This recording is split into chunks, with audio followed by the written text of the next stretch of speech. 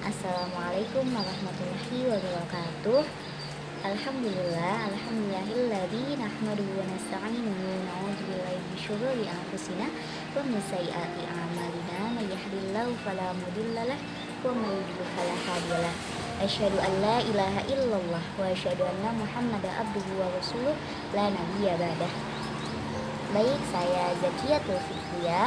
Saya di sini sebagai moderator dari kelompok 3 dalam pembahasan materi pendalaman bahasa Arab yang beranggotakan 3 orang, yaitu Sani Nur Baihaqi, Salma Nur Adia, dan saya sendiri Zakiatul Fikriya akan membahas atau menjelaskan tentang analisis materi tarkib pada madrasah ibtidaiyah.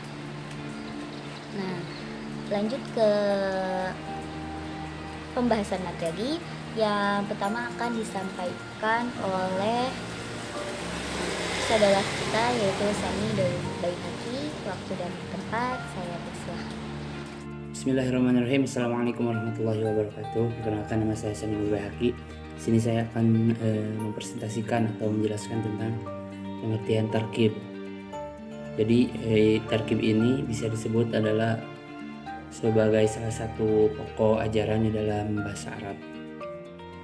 Nah, jadi tarkib ini sebenarnya dari madrasah ibtidaiyah itu harus benar-benar dipelajari, terutama di kelas 4, 5, dan 6. Adapun pengertian tarkib ialah menurut Mufid AR di tahun 2017, tarkib adalah gabungan dua kata atau lebih yang bersifat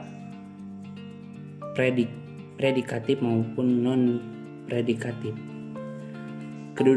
Kedudukan tarkib sebagai salah satu pokok pembicaraan mengenai jabatan kata dalam struktur kalimat yang menjadikan struktur tata bahasa bisa menjadi rapih dan bermakna. Nah, jadi tarkib itu adalah jabatan suatu kalimat.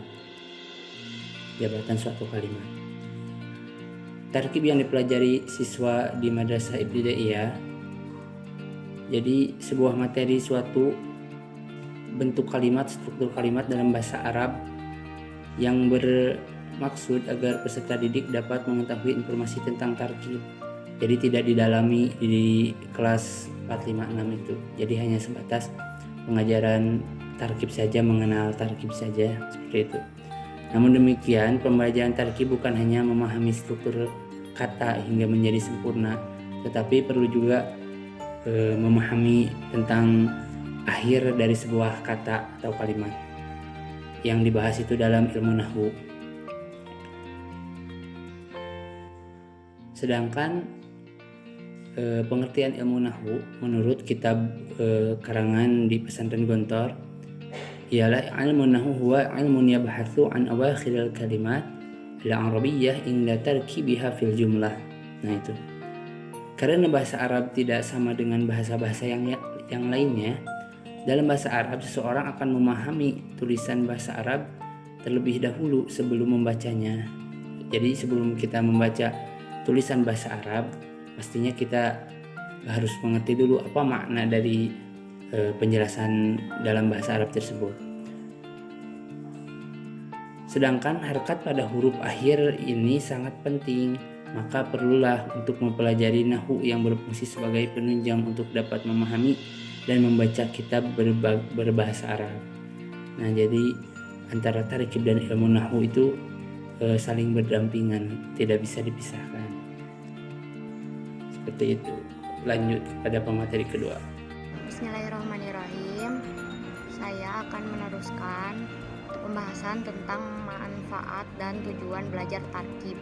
Manfaat yang dapat dirasakan ketika mempelajari tarkib adalah agar peserta didik mampu memahami struktur jabatan kata yang benar, sehingga memudahkannya dalam membaca bahkan menerjemahkan bahasa Arab ke bahasa lainnya. Selain itu, adapun tujuan dari mempelajari tarkib untuk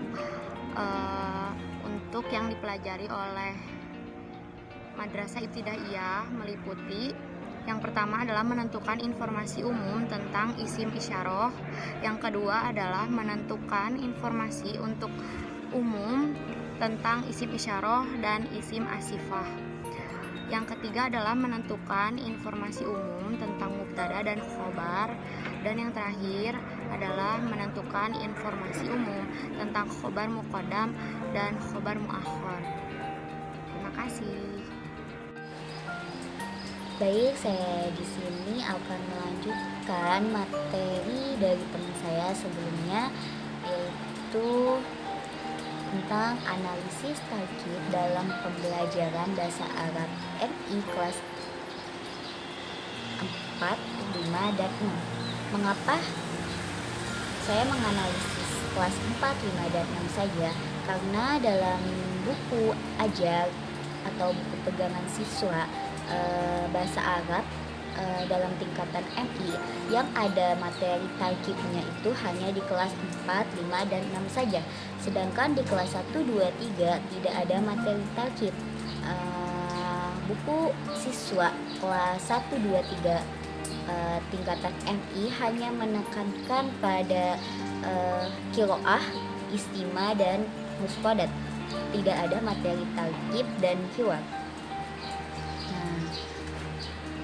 Nah, analisis materi tarkib bahasa Arab MI berarti menganalisis tentang materi tarkib yang ada dalam buku yang digunakan untuk pembelajaran bahasa Arab tingkat MI. Nah, berhubung materi tarkib hanya ada pada kelas 4, 5, dan 6, maka kami di sini menganalisis materi tarkib pada kelas 4, 5, 6 MI. Nah, dalam analisis ini buku pedoman yang kami analisis atau kami tinjau itu merupakan buku siswa, judul itu buku siswa bahasa Arab dari Direktorat Pendidikan Madrasah, Direktorat Jenderal Pendidikan Islam, Kementerian Agama Republik Indonesia tahun 2016. Nah, buku ini biasanya dipakai siswa dan guru dalam melakukan pembelajaran bahasa Arab tingkatan MI. Nah, setelah kami baca-baca, kami analisis, ternyata